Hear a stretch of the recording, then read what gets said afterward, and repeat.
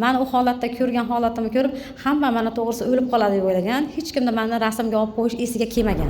Assalomu alaykum. Men Andijondaman, ismim Shahnoza, yoshim 47 da. Men 2023-yil oktyabr oyida juda ham qattiq avtohalokatga uchraganman.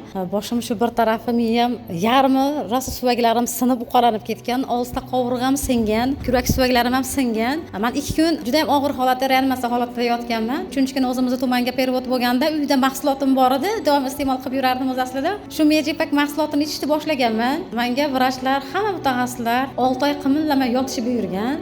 Chunki juda ham ko'p jarohatim bo'lgani uchun, chunki peshona sohamda ham, miyamda ham ochiq singan bo'lgan, 17 ta chok tushgan peshonamga. Shu 6 ta qovurg'am sinib, 2 ta qovurg'am maydalanib ketgan, suvaklarim uqalanib yo'q bo'lib ketgan. Mahsulotni men 9 tadan ichishni boshlaganman, chunki davom ichib yurganligim uchun ham bir kunda 9 tadan ichib, 6 oylik mahsulotni men 1,5 oyda ichib tugatganman. To'g'risi, bosh miyamda jarohat bo'lgancha super omega mahsulotini ham qo'shib ichganman. Shu mahsulotni ichib yurib, men 27 kun uyda yotib, sog'lom holatga qaytib, 28-kuni sog'lom bo'lib ishga qaytganman. To'g'risi, men holatim juda ham og'ir bo'lgancha, o'sha paytda hozir ustozlarim juda ham ko'p aytadi, nimaga yaxshi bo'layotgan paytda rasmlarni olmagansan. Men u holatda ko'rgan holatimni ko'rib, hamma meni to'g'risi o'lib qoladi deb o'ylagan. Hech kimda meni rasmga olib qo'yish esiga kelmagan. Avariya bo'lgan paytimdagi rasmlarim bor, sog'ayotgan paytimdagi rasmlarim yo'q.